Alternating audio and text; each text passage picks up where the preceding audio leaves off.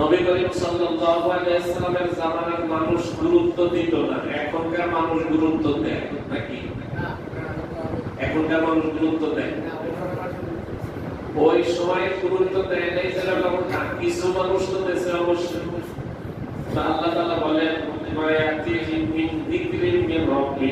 তোমাদের রবের পক্ষ থেকে যদি কোনো উপদেশ আসে, নসিহত আসে, মানুষ সেটাকে গুরুত্ব দেয় না, মানুষ সেটাকে মনোযোগ দিয়ে শুনে না, লাহিয়াতান কুলুবুহুম, তাদের অন্তরগুলো অমনোযোগী থাকে।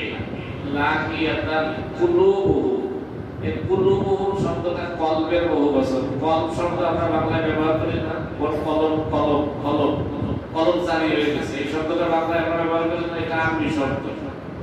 আল্লাহ তাআলা বলেন লাহিয়াতান কুলুবুহুম, মানুষের অন্তরগুলি, মনগুলি অন্যদিকে, মানুষের মনগুলি অন্যদিকে। কিভাবে কামাইবে দুই পয়সা, কিভাবে খাইবে, কিভাবে জমাইবে, কিভাবে ব্যাংক করবে, ব্যালেন্স করবে, এই লাহিয়াতান কুলুবুহুম, মানুষের অন্তরগুলো অন্যমুখী, অমনোযোগী, অন্যদিকে, আখিরাতমুখী না, দুনিয়ামুখী।